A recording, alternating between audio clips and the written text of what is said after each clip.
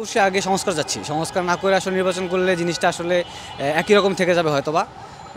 আমাদের এই ২৪-এ যে পরিবর্তনটা আসছে, এই পরিবর্তনটা যদি ধরে রাখতে চাই, সেক্ষেত্রে আমার যেটা মনে হয়, আমার পার্সোনাল অপিনিয়ন, সেক্ষেত্রে হচ্ছে আগে সংস্কার করা দরকার। পুরা ইনফ্রাস্ট্রাকচারটা একটা সুন্দর মতো সংস্কার এনে এরপর হচ্ছে একটা নির্বাচন দিলে আমি মনে করি সেটা হচ্ছে দেশের জন্য ভালো হবে। কি ধরনের আসলে সংস্কারগুলো হওয়া উচিত?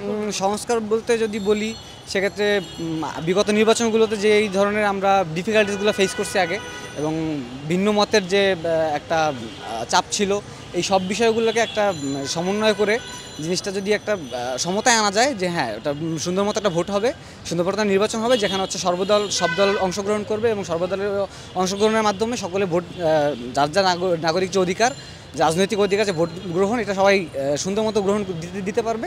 সেক্ষেত্রে হচ্ছে এই সংস্থাটাই আমার দরকার, যে আমার নির্বাচনে আমার ভোটটা আমি দিব, সেক্ষেত্রে কোনো বাধা আসবে না। এই সব বিষয় মিলিয়ে সংস্কার আসলে সেক্ষেত্রে হচ্ছে একটা সুষ্ঠু নির্বাচন হতে পারে।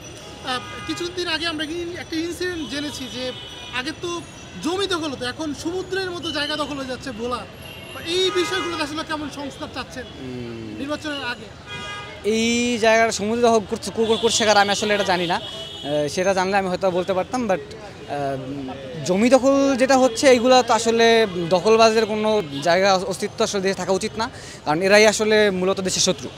আপনার যতটুকু জমি, যতটুকু অধিকার, ততটুকু আপনি নেবেন, অন্যজনের অধিকার আপনার দিতে হবে। এটা হচ্ছে শুধুমাত্র যে দেশের জন্য সেটা না, আপনার ধর্মের জন্য চিন্তা করলেও অন্যের হক আপনি মেরে খেতে পারেন না। সেক্ষেত্রে হচ্ছে আপনাকে এই জিনিসগুলো পরিহার করতে হবে। এই ক্ষেত্রে আমি এর বেশি কিছু বলতে পারছি না। আরেকটা বিষয় একটু জানতে চাই, সেটা হলো রাজনৈতিক দলগুলো দুইটা মতামত দিচ্ছে। কেউ বলছে আসন ভিত্তিক নির্বাচন, কেউ বলছে সংখ্যানুপাতিক নির্বাচন। আপনি কিভাবে নির্বাচনটা চান?